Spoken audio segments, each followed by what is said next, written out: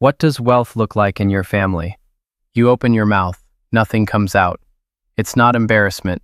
You want to be clear about that, even to yourself, even now. It's not that you don't want to answer, it's that there's nothing there.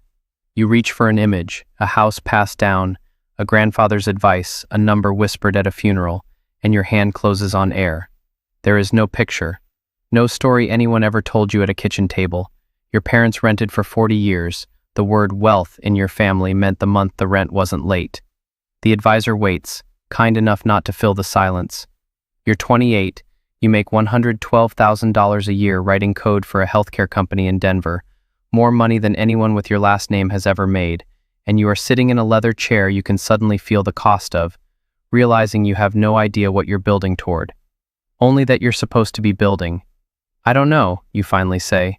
Nobody in my family has ever had any. And that sentence, that flat, quiet sentence, is the most honest thing you've said out loud in years. Here's what nobody tells you about the moment you start making real money. Earning it and keeping it are not the same skill. They are not even cousins. You spent your whole life believing that if you could just get the number up, the salary, the offer letter, the direct deposit, everything else would follow. You got the number up, and the apartment looks exactly the same. You check your account on a Thursday, $4,300 in checking. You got paid Wednesday. You don't know where the rest went. Not in a crisis way, in a I make six figures and I cannot tell you what I own way. That's the first thing. Rule 1. Income is what you make. Wealth is what's left when you stop making it. They live in different rooms, and nobody gives you the key to the second one. You start reading. Of course you start reading. You're a first-gen everything. Reading is how you've survived every room you weren't born into. You find r/personal finance at 1 in the morning. You find the Bogleheads forum, where retired engineers argue about expense ratios with the intensity of a religious schism. You find a blog called White Coat Investor, written for doctors, and even though you're not a doctor, you read all of it, because doctors are also people who make a lot of money late and have no idea what to do with it. You learn a vocabulary nobody in your bloodline has ever spoken: backdoor Roth, beneficiary designation, revocable trust. You say umbrella policy out loud once, alone in your car, just to hear what it sounds like in your mouth.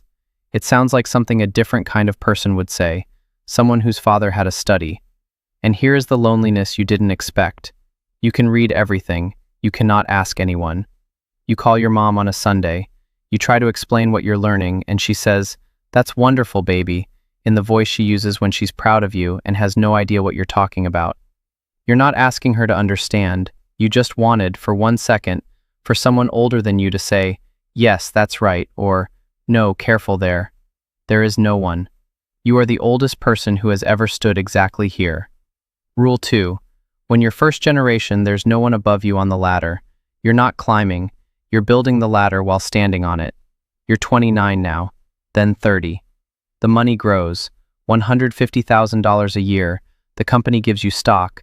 The 401k match is free money, and you finally max it because a stranger on the internet told you to. By 31, your net worth crosses $200,000, and you feel nothing, which scares you more than the number does. Because now you have a new problem, and it's a stupid problem, and it's eating you alive. There are too many choices and no one to choose with. Every option spawns 3 more. Should the Roth be at Fidelity or Vanguard? Is the target date fund too conservative? Should you buy a house or rent and invest the difference? Should you set up the trust now or wait? Every answer online comes with a confident person and an equally confident person disagreeing directly below them. You make spreadsheets. You make a spreadsheet to organize your spreadsheets. You move $5,000 into a brokerage account and move it back out 4 days later because you couldn't decide what to buy, and the indecision felt safer as cash. You add the estate attorney's number to your phone. You don't call for 8 months. This is the paralysis nobody warns you about. Not poverty, not scarcity, the specific suffocation of having options and no inheritance of judgment to weigh them with. Rich kids get this for free at dinner. You're paying retail, in nights you don't sleep. And then David calls. David from college. Good guy, genuinely. You drank cheap beer together on a roof once and talked about who you'd become. David's a financial advisor now at Northwestern Mutual, and he wants to grab coffee and catch up, somewhere behind your sternum, you already know. But he's your friend, and you don't have a model for what a financial advisor is supposed to feel like, so you go. He's nervous. The suit doesn't quite fit. He's clearly given this presentation a dozen times and it's still not smooth, and that almost makes it worse because you want it to go well for him. He says, infinite banking. He says, be your own bank. He draws a diagram with a pen that runs out halfway through. He shows you a whole life insurance policy, and the way he says guaranteed makes it sound like a door closing gently behind you. The premium is $380 a month. You don't need this. Some quiet part of you knows you don't need this. But across the table is a friend who's struggling, who chose you to call, and you have spent your entire life unable to be the reason someone's face falls. So you sign. You sign $380 a month of your hard-won money into a product you don't understand, because you know how to read a prospectus, but you never learned how to say no to someone you love. That's the thing nobody tells you. The most expensive financial decisions aren't math.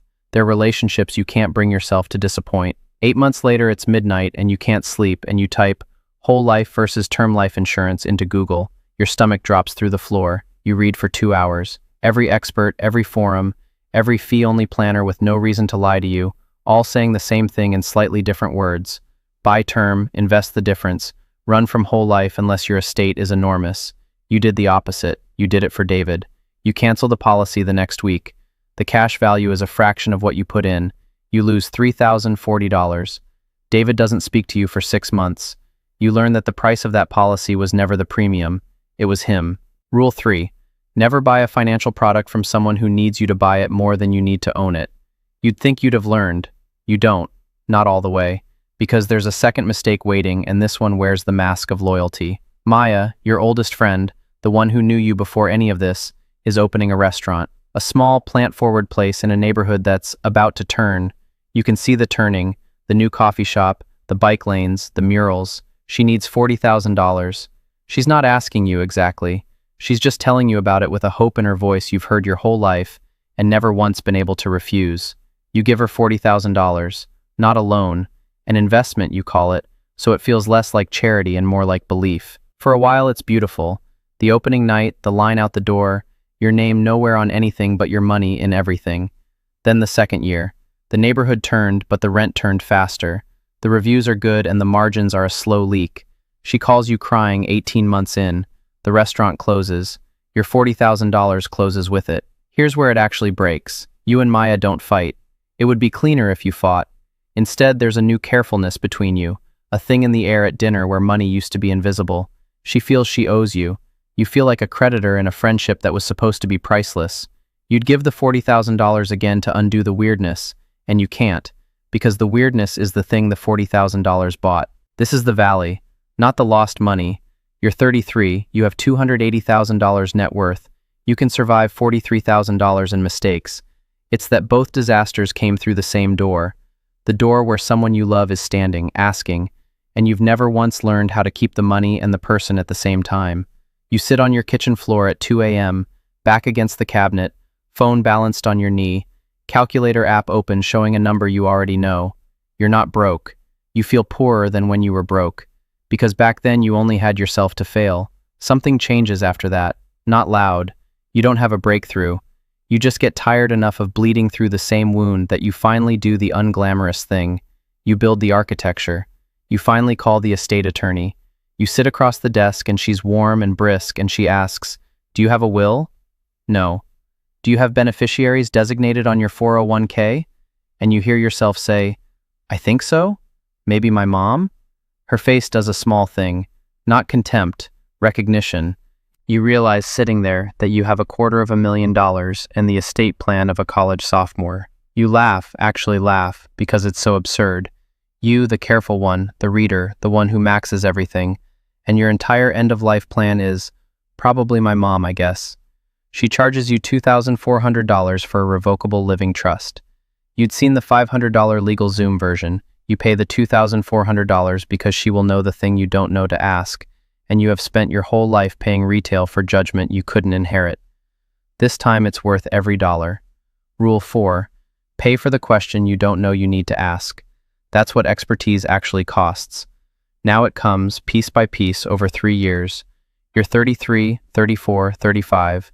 You replace the whole life mess with a 20-year term policy, $1.2 million in coverage, $40 a month, a fraction of what David sold you, covering the people who'd be wrecked if you vanished. You open a 529.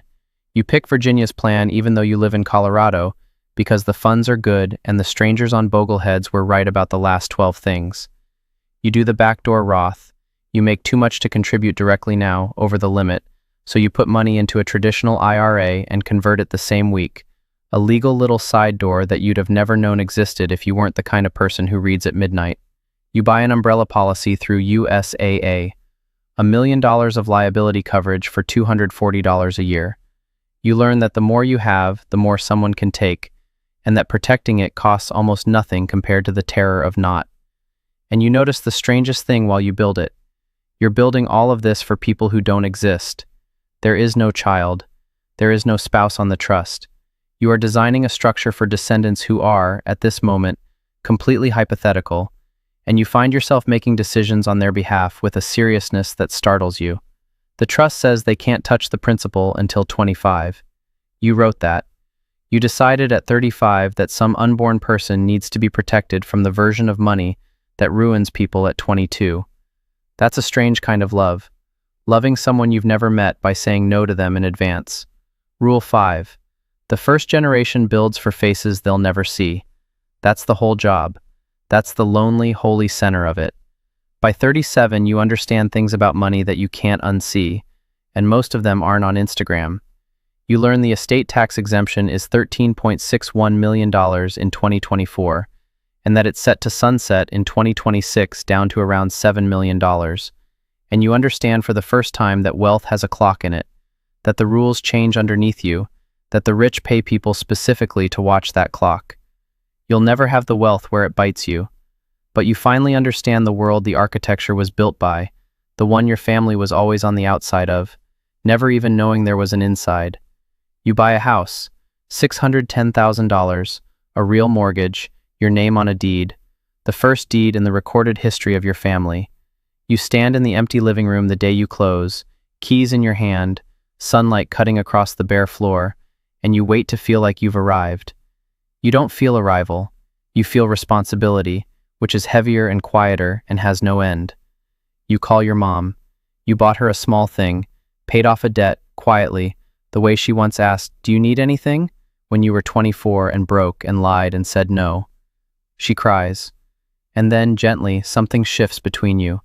She starts asking your advice about her own money.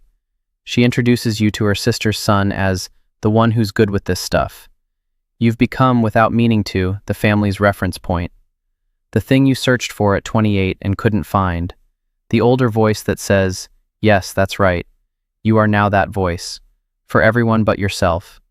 You're 38. It's a Tuesday night. You're in your home office, in the house you own, and the architecture is finished. Trust, term life, 529, Roth, umbrella, will, beneficiaries that no longer say, "Maybe my mom." And you start writing a letter. Not an email, a letter, on paper, to a child who does not exist yet. You write about why there's a trust with their name where their name will go. You explain the accounts they can't open until 25, and you try to explain it isn't a punishment, it's the opposite. It's the only way you knew how to love someone you've never met. You write about how nobody taught you any of this, how you sat in a leather chair at 28 and couldn't answer one question, how you built the whole thing in the dark, by hand, alone, so that they would never have to. You write, "What does wealth look like in our family?" And this time, finally, you have an answer. It's this letter. It's the folder. It's the deed and the trust and the unglamorous, terrified midnight reading. It's a person sitting at a desk building a model where there was never a model, so that one day someone can simply be told. You don't finish the letter. You can't. You don't know their name yet. So you save the draft. You sit for a second in the lamplight, looking at the screen. The draft is in a folder. The folder has a name you haven't chosen yet.